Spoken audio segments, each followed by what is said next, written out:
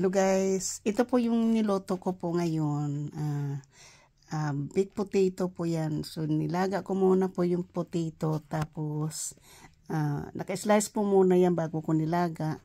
Pagkatapos ko nung nilaga po yan ay nilagyan ko po siya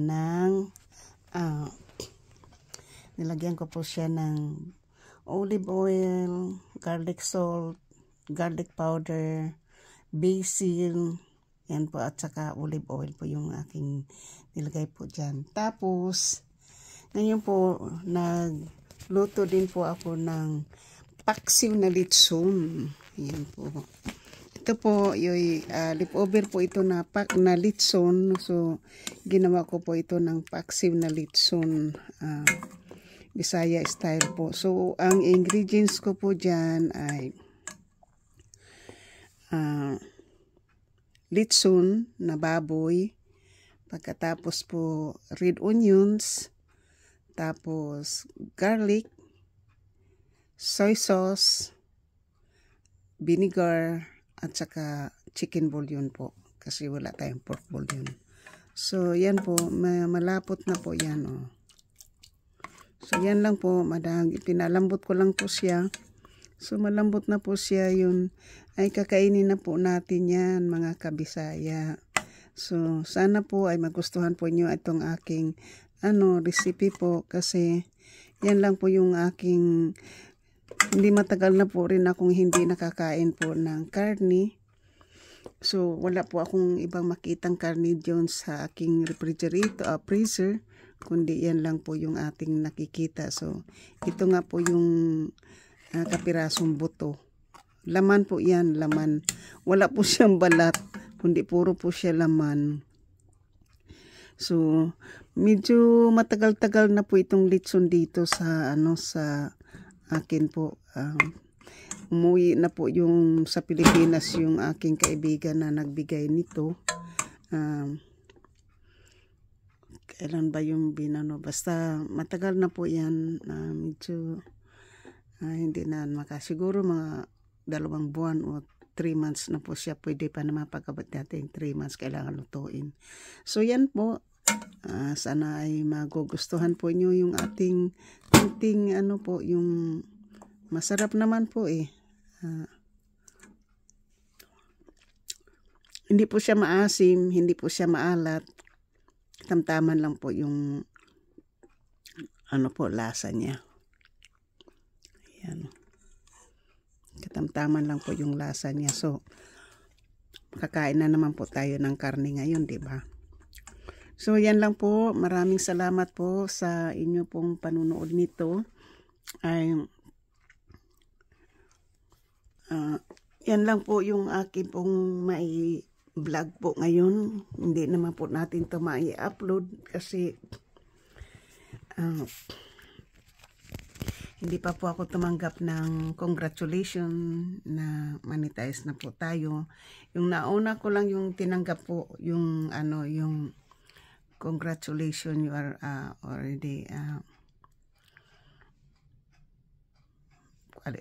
yung sa supercast, super chat, yun po yun lang. Pero yung sinasabi nilang congratulations, you are already monetized, wala pa po akong natatanggap na email. So, 1 week na po itong Sunday na darating. So, sabi mga 2 weeks, 4 weeks. So, it depend po. Kaya wala po akong upload muna ha. So, maraming salamat po sa mga gustong manood ng aking video po. Nga wala pa po tayong maibigay na video po sa inyo. Kahit na wala po akong mga videos po na gusto po niyong panoorin na lang po muna niyo kung ano yung nakalagay po dyan. At marami din po akong video na ilalabas ko po kapag na po yung mayroon na po yung congratulation po. So, at saka sa mga tumulong din po sa akin doon, maraming salamat. Pero sa ngayon po, ito lang po yung akin munang na-vlog, itong pagluluto ko po ngayon. Hindi ko po na-ipadlag sa inyo kanina yung buong detalye po sa pagluluto kasi maingay po kasi sa kusina, may music. Kaya pag music po, ayaw ko pong magano kasi mas copyright na naman po tayo. Nagpatugtog kasi po ng music yung ano. At saka tingnan po nyo, di ba makikita nyo ako pag nag-live po na palaging maputi ito dito kasi gamot. Ito na po siya ngayon yung aking mukha. Magaling na po, ayan. Wala na po siyang sugat. Wala na po siyang kati. Nagaling po siya sa baking soda. Ganyan na po siya ngayon. Hindi na po siya yung dati po yung parang pantal siya dyan na pulang-pula. So ngayon po yan na po yung kapula niya. So maraming salamat po. Hindi ko na lang po ito hahabaan kasi kakain po tayo, di ba?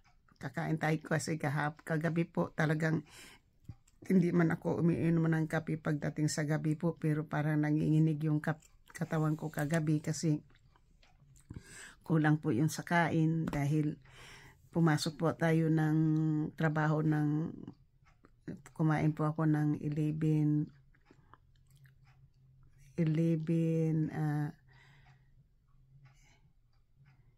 kumain po ako ng 10:50 po ng umaga, tapos hindi po ako nag-lunch. Wala po akong lunch ngayon, yung lang kain ko nung 5 o'clock na po, na kaunti lang kasi kaunti lang yung dala kong kanin, yung at saka yung baon ko kagabi kahapon. So in between na yung 5 o'clock hanggang 10, wala na po akong dinner. Kaya pagdating ko sa kagabi, nanginig po yung aking katawan. So ang ginawa ko po, naginit po akong tubig, uminom po ako ng kape, nilagyan ko ng maraming gatas. Tapos mayroon naman akong tinapay. Yun po yung kinain ko kagabi. Pero tinamaan din po ako ng heartburn. So ininuman ko rin ng gamot para hindi tayo susuka. Para hindi So ngayon po ang kinain ko lang po uli itong potato lang. Tapos kakain na po ako doon sa akin niluluto. So maraming salamat po sa inyong panonood. Sana magustuhan po niyo ito. Ang aking recipe po ay paksiw na litsun na may black pepper po, ground black pepper, garlic, chicken bouillon, onions, red onions, vinegar and soy sauce po. Tapos garlic powder and garlic salt. At saka basil po yung sa po doon. Tapos po kasi mayroon po tayong big potato, yung garlic salt, garlic powder, basil naman ang nakalagay at saka olive oil. So yun po kasi dalawa po yan. So maraming salamat. Lahat po kayo ay mahal na mahal ko po kayo. Sa lahat po ng tumutulong po sa akin, sa lahat po ng nagpag-graduate po sa akin 4,000 at nagpag-graduate po sa akin ng 1,000, maraming salamat. Sa aking mga kaibigan, sa aking mga supporters, subscriber, new subscriber, solid na supporters, solid na viewers, lahat po kayo, maraming salamat po. Hindi ko na po kayo isahin at hindi ko na po babanggitin yung mga pangalan nyo, pero alam nyo po kung sino po kayo, mahal na mahal ko po kayo.